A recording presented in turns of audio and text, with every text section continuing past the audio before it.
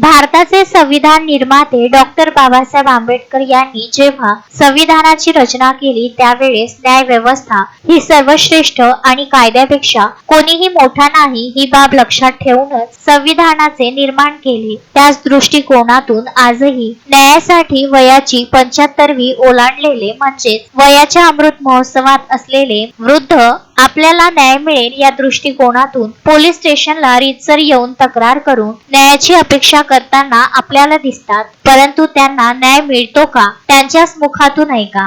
75। अच्छा, या वयात सुद्धा तुम्ही पोलीस स्टेशनला येऊन न्यायासाठी लढून राहिले।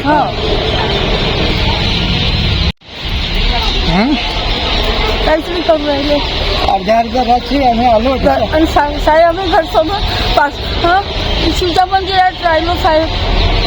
लॉकडाऊन मध्ये खायला नको आम्हाला, भांडे आमच्या घरातली साहेब अशी तकलीफ घेऊन राहिले आणि कासाठी आम्हाला काढून द्यायसाठी अधी राहू नका म्हणतात।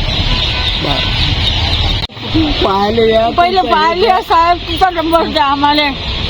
तुम्ही पाहायला या, जास्त म्हणून राहिलो आम्ही, आम्हाला काही म्हटलं कोण माणूस आहे चांगला।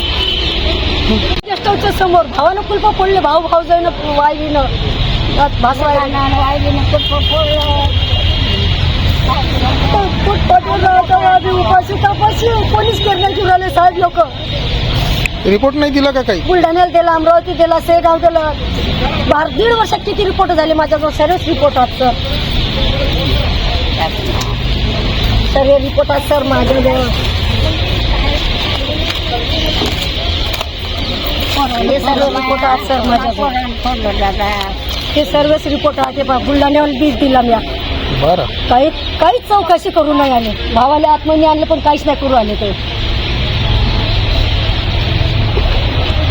आजीचं वय काय?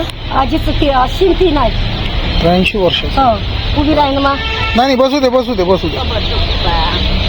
काहीच केअर नाही घेऊन आले, काय करू मी? फोटो तयार झाले तरी काहीच केअर नाही घेऊन आले लोक। उपाशी तापाशी सकाळपासून